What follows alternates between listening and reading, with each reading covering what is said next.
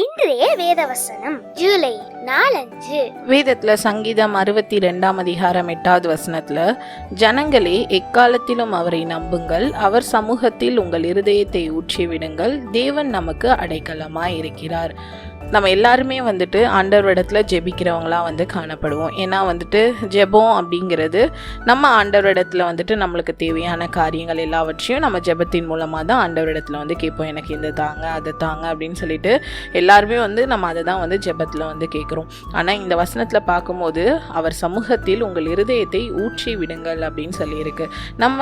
நம்மளோட இருதயத்தில் இருக்கிற எல்லா காரியங்களையும் தேவனுடைய சமூகத்தில் வைக்கிறோமா அப்படின்னு சொல்லி யோசித்து பார்ப்போம். ஜெபம் அப்படிங்கிறது ஒரு ஃபார்மாலிட்டியா, எனக்கு இது தாங்க அது தாங்க, இதுக்காக நன்றி அதுக்காக நன்றி நம்ம சொல்லிட்டு இருக்கோமா? இல்லைனா உண்மையிலேயே நம்மளுடைய இருதயத்தில் இருக்கிற ஒவ்வொரு காரியங்களையும் நம்ம ஆண்டவரிடத்துல தெரிவிக்கிறோமா அப்படிங்கிறத யோசித்து பார்ப்போம். நீங்கள் உண்மையிலேயே ஆண்டவரோட ஒரு நெருக்கமான உறவு உள்ளவங்களாக காணப்பட்டீங்கன்னா உங்களோட இருதயத்தில் இருக்கிற கஷ்டங்கள் கவலைகள் எல்லாவற்றையும் நீங்கள் தேவனுடைய பாதத்தில் ஊற்ற முடியும். ஆண்டவர் வேதத்தில் பார்க்கும்போது மோசையோட முகமுகமாக பேசினாங்க அப்படின்னு சொல்லிட்டு இருக்கு. தாவீது அவரோட கஷ்டங்கள் எல்லாவற்றையும் ஆண்டவருடைய சமூகத்தில் ஆண்டவரிடத்துல எல்லாவற்றையும் தெரிவிக்கிறவராக காணப்பட்டார். நம்ம எப்படி இருக்கோம் அப்படின்னு சொல்லி யோசித்து பார்ப்போம்.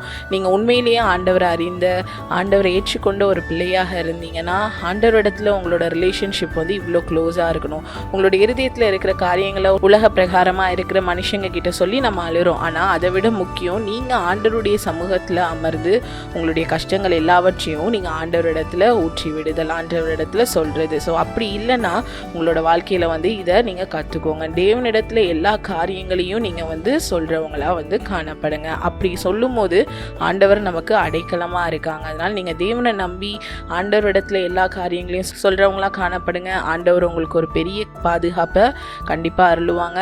உங்களோட கஷ்டங்கள் எல்லாவற்றையும் ஆண்டவர் மாற்றியும் தருவாங்க. Thank you. Have a wonderful day.